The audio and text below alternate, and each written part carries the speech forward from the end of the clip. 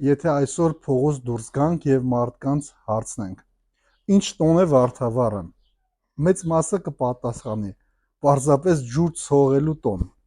Բայց եկեք մի անկեղծ հարց տանք ինքներս մեզ. եթե վաղվանից Հայաստանում ջուր ցողելու սովորությունը վերանա, արդյոք Վարդավառ տոնը կվերանա։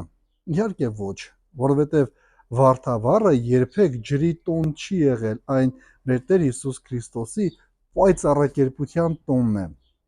Ցավոք այսօր շատերը հիշում են ջուրը, բայց մոռանում են Քրիստոսին։ Հիշում են խաղը, բայց մոռանում են հրաշքը։ Հիշում են սովորույթը, բայց մոռանում են ավետարանը։ Այսօր փորձենք միասին հասկանալ, ինչու ենք ջուր ցողում, ինչու է տոնը կոչվում Վարդավառ, որն է իրական պատգամը։ Պայծառակերպությունը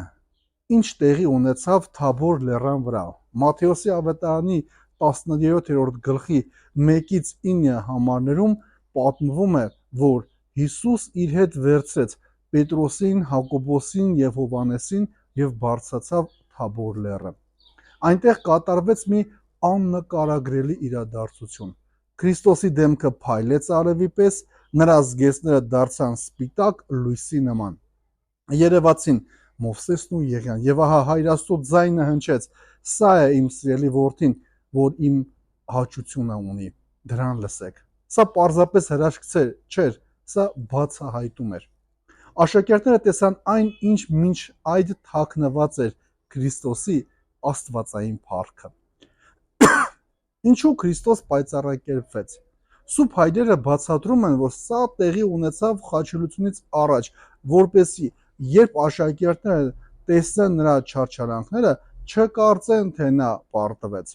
Նրանք արդեն հիշելու էին Թաբորի լույսը։ Հիշելու էին, որ խաչվողը սովորական մարդ չէ, նա Աստծո որդին է։ Ինչու է կոչվում Վարդավառ։ Շատերին է հետաքրքրում, որտեղից է առաջացել Վարդավառ անունը։ Մեր եկեղեցու մեծ վարդապետներից Սուրբ Գրիգոր Տաթևացին տալիս է գեղեցիկ մեկնություն։ Նա նկարագրում է, որ վարդ բառը խորհրդանշում է Քրիստոսին, նրա անուշ բույրը, գեղեցկությունն ու փառքը, իսկ վառ նշանակում է շողալ, պայծառանալ, լուսավորվել, այսինքն Վարդավառ Քրիստոսի փառքի եւ լույսի երևման մասին է։ Տաթևացին նաև նշում է, որ ինչպես վարդն է իր բույրը տարածում, այնպես էլ Քրիստոսի շնորհը պետք է տարածվի աշխարհում։ Իսկ ինչպես արևի լույսը լուսավորում է ամեն ինչ, այնպես էլ պայծառակերպությամբ երևաց Քրիստոսի աստվածային լույսը, որը լուսավորում է հավատացյալների հոգիները։ Ուստի Վարդավառ անվանումը պարզապես ժողովրդական բառ չէ, այն կրում է խոր աստվածաբանական խորհուրդ Քրիստոսի փառքի, գեղեցկության եւ լուսավորող ներկայության մասին։ Իսկ ջուրն ինչու է դարձել այս տոնի մասը։ Եկեղեցին երբեք չի սովորեցրել, որ ջուրը տոնի գլխավոր խորհուրդն է։ Ժողովրդական ավանդույթում Նոյը ջրհեղեղից հետո ամեն տարի ջուր էր ցողում իր ընտանիքի անդամների վրա, հիշեցնելով, թե Աստծո օգնությամբ իրենք ինչպես ազատվեցին ջրի կործանումից, որով ջուրը դարձել էր մաքրության, կյանքի, թարմության եւ Աստծո օրհնության խորհրդանիշ։ Այն նաև հիշեցնում է մկրտությունը, բայց խորհրդանիշը երբեք չի կարող փոխարինել այն իրականությանը, որին մատնանշում է։ Եթե ամբողջ օրը միմյանց վրա ջուր ցողենք, բայց չմտածենք Քրիստոսի մասին, ապա նույնն է, թե մարդը նվերի փաթեթը պահի, բայց երբեք չբացի նվերը։ Այսօրվա վտանգը այն է, որ սոցիալական ցանցերը լի են Վարդավառի տեսանյութերով։ Ով ում վրա ավելի շատ ջուր լցրեց, ով ավելի զվարճացավ,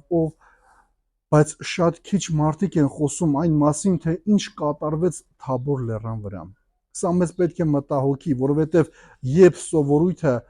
կլանում է հավատքը, ձևը սկսում է փոխարինել բովանդակությանը։ Եվ հենց այստեղ է, որ մենք քրիստոնյաներս կոչված ենք հիշեցնելու տոնի իրական իմաստը։ Ինչ է ասում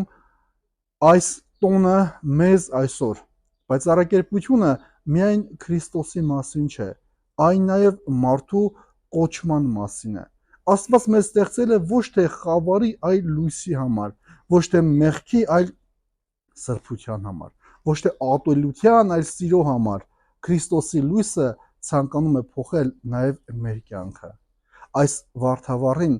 ջուր ցողեք, ուրախացեք, ժպտացեք, սակայն ամենակարևորը մի մոռացեք, թե ինչու է այս տոնը գոյություն ունեցել դարեր շարունակ։ Թող ջուրը հիշեցնի ձեզ հոգու մաքրության մասին, իսկ Թաբորի լույսը հիշեցնի, որ քրիստոնյայի իրական կոչումն է պայծառանալ Քրիստոսի ներկայությամբ, որովհետև վարդավառի ամենամեծ հրաշքը ոչ թե թաց հագուստն է,